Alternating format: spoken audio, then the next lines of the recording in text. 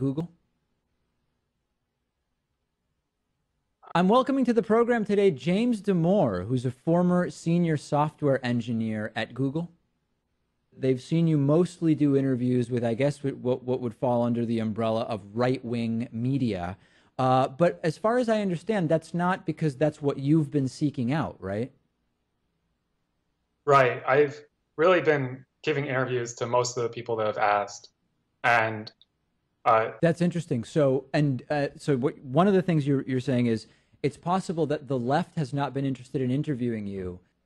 yeah, that's at least one theory that I have. That's interesting. And in what way has it been reflected that it didn't go well? Well, I did give several interviews to CNN, Bloomberg, Business Insider, and Interesting.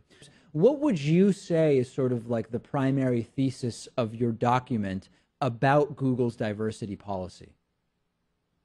so I think a lot of our culture is really intolerant to That might be interesting. What might be a change you'd suggest to make the environment more appropriate for women as you describe? we can restructure our team meetings to really make it so that it's not just the most assertive person talking the entire time. That's interesting. And so it is, and to make sure I'm understanding what you're saying, would it be, are there specific gender differences you've identified that would make women suboptimal to be team leaders in the way in which they would be expected to be at Google? I think maybe, yes, there are some expectations that are put on team leads that we expect them to be more masculine in some ways. And that may not be relevant to their actual work performance. And so that we should probably change. Do you believe that those differences are biological or sort of cultural, nature or nurture, as the phrase often goes?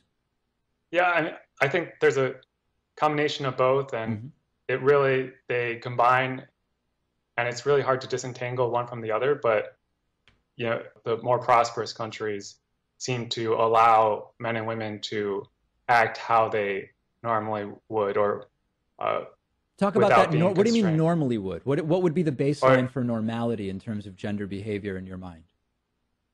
Yeah, so maybe normally is not the right word, but just in 2017, do you think that it's a matter of survival? Can we really point to survival as the necessitating factor between those differences? Not necessarily survival, but really what you want in life. And people generally, if they start out poorer, then they generally do want to be richer, right? I'm very interested in this topic. In what way have women been guilted into going into STEM?